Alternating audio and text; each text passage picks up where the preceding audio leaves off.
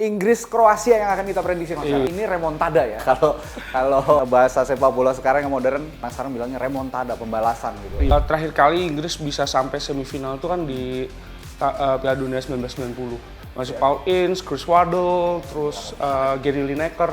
Gary Lineker. Ya. 4 pemain belakang Inggris ini bisa nggak meredam serangan-serangan Kroasia kira-kira? Harusnya dengan kekuatan mereka ya, itu harusnya di atas kertas sih harusnya mampu. Tapi kembali lagi bermain di pentas internasional, apalagi untuk pemain muda, dan ini kebanyakan dari mereka kan ini baru pertama kalinya kan, Piala Dunia pertama kalinya kan. Kita lihat aja nanti bagaimana bisa nih Nico O'Reilly menghentikan Perisic yang jam terbangnya jelas udah jauh beda banget, dan ya pasti akan ngasih trik-trik yang mungkin membuat O'Reilly melakukan kesalahan.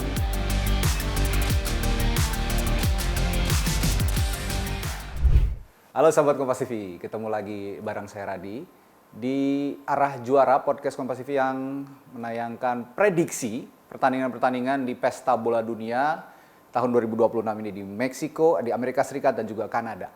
Nah, hari ini saya ditemani sama Mas Haryo Jati, jurnalis Kompas TV juga. Halo Mas Haryo. Halo Mas. Jati ya? Mas Jati. Inggris Kroasia yang akan kita prediksi Mas. Iya Mas. Ini remontada ya.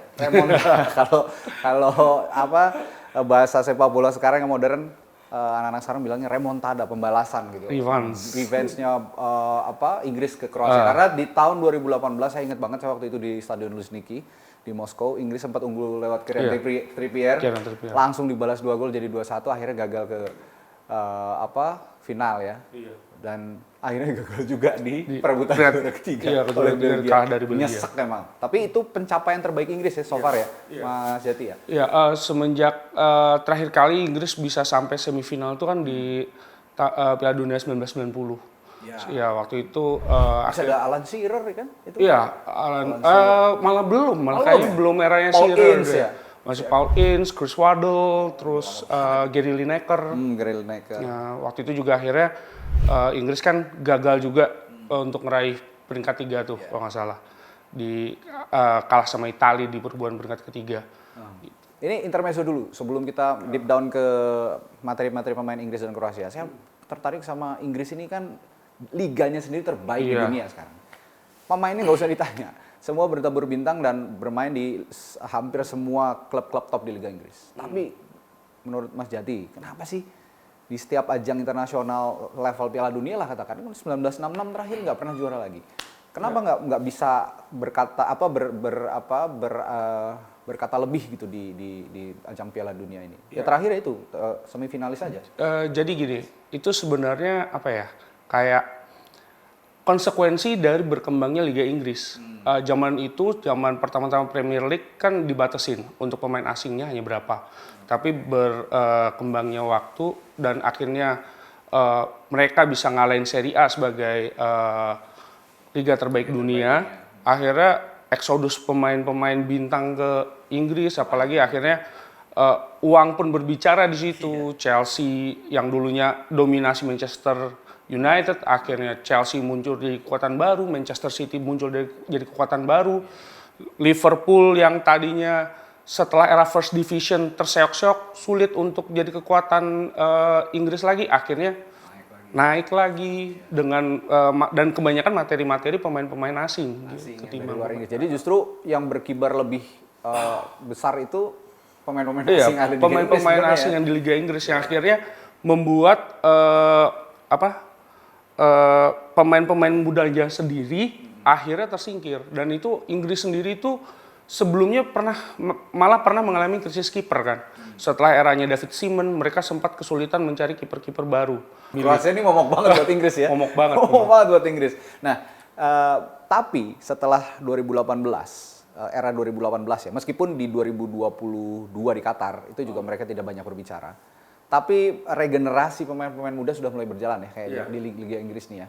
Mulai dari O'Reilly sekarang di Manchester City ini kan muncul ke permukaan, lalu ada Bukayo Saka, pemain-pemain muda. Nah, kita langsung bahas materi pemain kalau gitu. Pemain-pemain muda yang potensial masuk di line up melawan Kroasia kali ini. Sepertinya tadi ya di back sayap kiri ada Nico O'Reilly. Kalau Johnston udah gaek lah ya, udah tua ya. Lalu ada bagian membimbing. Ada Ezri Konsa Eza Konsa. Ezri Konsa, ya Ezri Konsa. Ini juga Aston muda kan, Villa. pemain Aston Villa muda yang ya nggak muda-muda banget tapi masih prime lah usianya. Dan juga ada nama Reece James di kanan, ini Chelsea ya. Ya ini gimana? Pemain belakang Inggris ini bisa nggak meredam serangan-serangan Kroasia kira-kira? Harusnya dengan kekuatan mereka ya, itu harusnya di atas kertas sih harusnya mampu. Tapi kembali lagi bermain di pentas internasional, apalagi untuk pemain muda, dan ini kebanyakan dari mereka kan ini baru pertama kalinya kan, Piala Dunia pertama kalinya kan. Apalagi khususnya Nico O'Reilly, mungkin dia ya kemungkinan dia kan ditempatkan di sayap kanan tuh sayap kiri kalau nggak salah. Kanan bisa Reece James kan. Nah, itu akan jadi permainan kemungkinan dia akan berhadapan nih sama Ivan Perisic nih. Tapi yang notabene gaek tapi masih gacor gitu. Gila ya. Nah, ya kita lihat aja nanti bagaimana bisa nih Nico O'Reilly menghentikan Perisic yang jam terbangnya jelas udah jauh beda banget.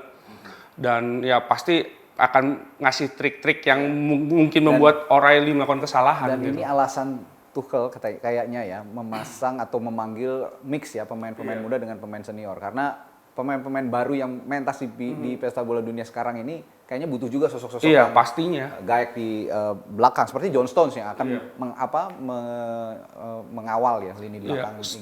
Setidaknya Stones itu mungkin saat pemain-pemain muda melakukan kesalahan, Stones bisa memberikan semangat baru buat mereka untuk menambah motivasinya. Iya. Tapi kalau kiper kayaknya nggak bisa lepas dari Jordan Pickford pasti masih jadi pilihan pertama. Ya, padahal ya di Evertonnya juga karena mungkin lini belakang Everton aja yang kurang bagus ya. Iya. Karena dia secara kualitas dia bagus. Oke, beranjak ke defense midfielder. Inggris punya Declan Rice, lalu siapa lagi di situ? Jordan Henderson yang juga udah senior. Elliot Anderson juga, dan mungkin TAA bisa juga ya mengisi posisi itu. Kan dia agak versatile juga ya, Trent Alexander-Arnold pemain Madrid. Jadi kalau Mas Jati memperkirakan kira-kira formasi yang diterapkan Tuchel nanti lawan Kroasia? Kemungkinan Tuchel akan main 4-4-1. 4-4-1-1. Tapi saat menyerang mungkin dia akan berubah menjadi antara 3-2-5 atau 2-3-5. Bahkan lebih karena Tuchel tuh akan mengandalkan speed pemainnya dia nih.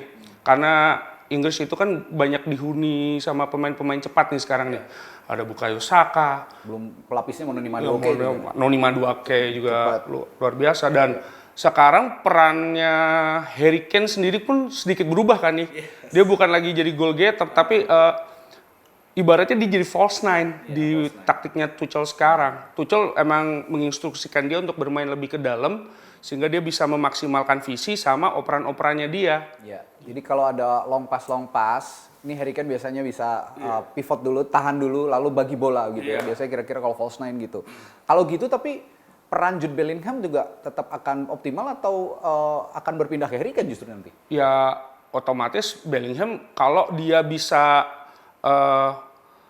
meniru permainan dia saat di Real Madrid, ya dia akan jadi faktor penting gitu kan untuk muncul dari second line untuk mencetak gol. Ya, karena perannya Jude Bellingham ini bukan hanya attacking midfielder tapi juga penyerang lubang, second striker.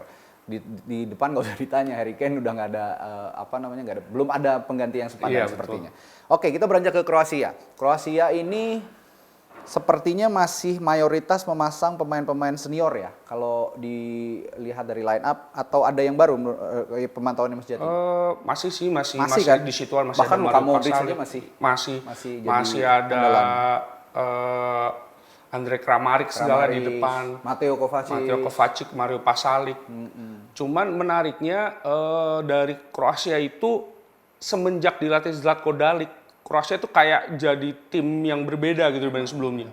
Dalic itu kan lebih suka permainan penguasaan bola kan. Dengan waktu sebelumnya Modric jadi pion utamanya kan untuk mendistribusikan bola ke segala arah.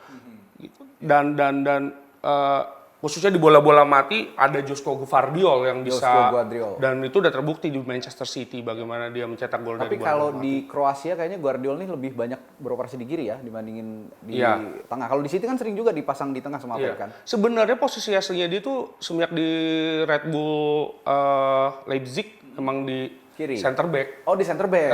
Oke. Tapi dia juga jago untuk bisa bermain melebar. Tapi mungkin fungsinya lebih sebagai fullback, bukan fullback, attacking, betul. fullback. Dan kalau saya amati dari 2018, Guardiola ini memang selalu ditempatkan di sayap, bukan sayap, maksudnya fullback kiri, Iya. fullback kiri oleh Zlatko Dalic. Nah, ada juga nama yang menarik perhatian saya. Ini ada Dominik Livakovic, Oh, kiper. kipernya. Di Dinamo Zagreb dia main. Dan Dinamo Zagreb ini kan bukan tim yang ya kalau di Eropa sih nggak terlalu kedengeran lah ya namanya. Tapi entah kenapa kalau dia bermain di timnas, terutama di Piala Dunia nih jagonya minta ampun Livakovic nih. Pernah ngamatin yang di 2018 juga kan pada selatan Inggris berapa kali penyelamatan. Nah, akan bisa juga berbicara banyak di Pastinya. Apalagi ini bukan jadi Piala Dunia pertamanya kan, dan dia pasti sudah terbiasa dengan atmosfer kejuaraan di dunia sepak bola gitu kan.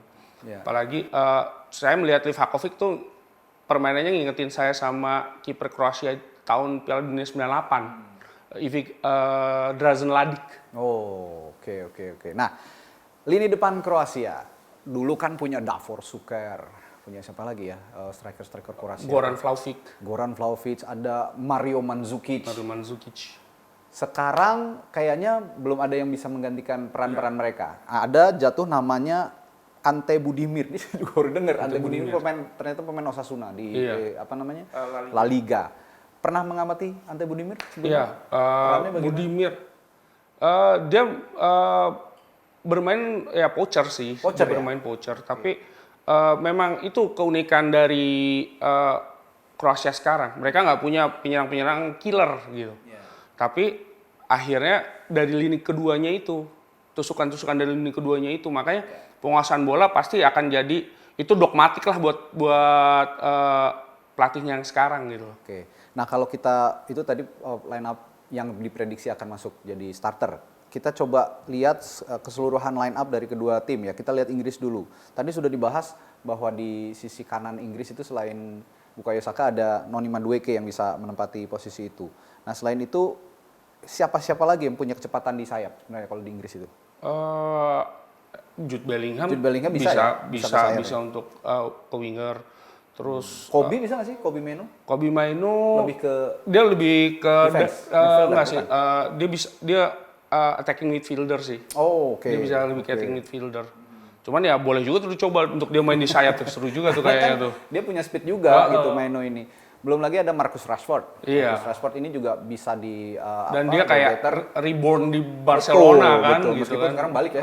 Balik ke MU dan digantikan malah di Barcelona ada pemain Inggris lainnya Anthony Gordon yang juga masuk di line up skuad Inggris di Pesta Bola Dunia di tahun 2026 ini. Lalu ada Ollie Watkins. Ollie Watkins ini juga bisa pelapisnya Harry Kane. Ya, Harry Kane. Bisa pelapisnya Harry Kane. Dan dia ternyata ya istilahnya salah satu penyebab Aston Villa bisa jadi salah satu tim besar Inggris sekarang. Ya. Oke, ada juga Eberechi Eze yang bisa melapis Jude Bellingham ya kira-kira untuk sebagai attacking midfielder. Nah, saya sebelum menutup prediksi dengan prediksi skor di review kali ini, saya ingin membahas satu nama yang masuk ke timnas Inggris yang akhirnya banyak dipertanyakan, namanya Ivan Toney.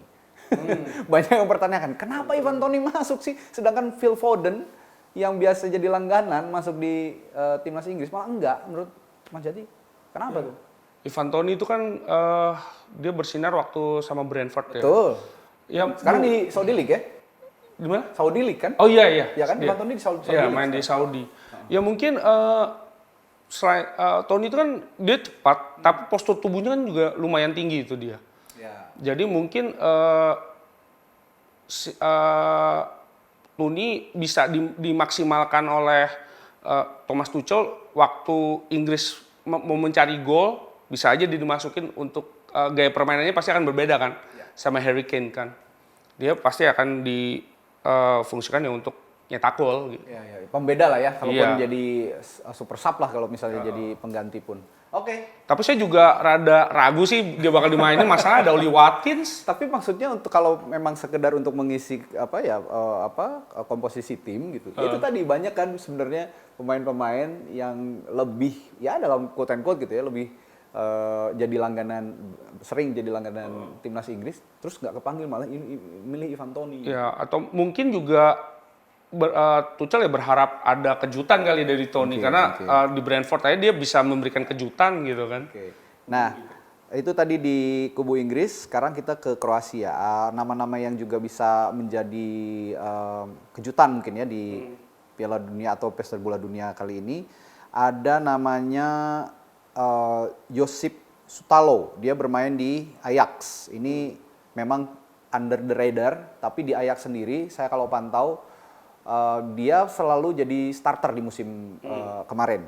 Lalu ada namanya Nicola Moro, ini andalannya Bolonya, meskipun tidak bisa berbicara banyak, tapi Bolonya juga selalu mengandalkan dia di lini tengah. Dan Bologna sendiri pun di Serie A ya cukup jadi ancaman-ancaman juga sih. Betul. Apalagi mereka sempat di Liga, saya lupa antara Liga Eropa atau Conference League gitu, sempat bermain di situ kan. Oke.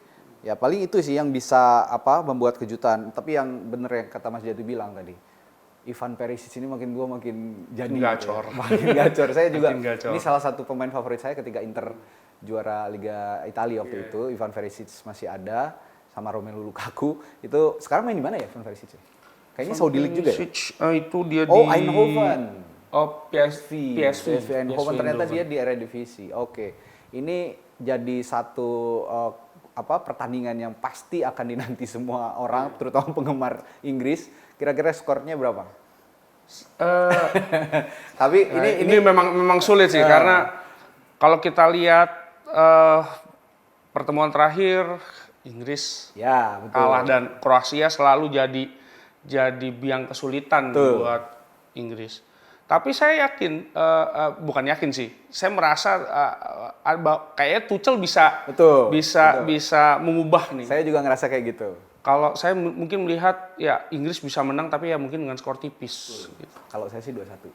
Mas Jadi ya mungkin 1-0 sih. Kalau saya 2-1 karena kadang-kadang Inggris membuat kelengahan-kelengahan nggak penting di menit-menit akhir dan akhirnya mungkin bisa dibalas. Prediksi saya 2-1 dari Mas Jati 1-0 ya. Ini memang jadi pertandingan yang ditunggu-tunggu pendukung Inggris, terutama untuk membalas kekalahan di Piala Dunia atau Pesta Bola Dunia tahun 2018 di Rusia. Demikian prediksi di arah juara kali ini. Kita ketemu di prediksi selanjutnya. Salam juara.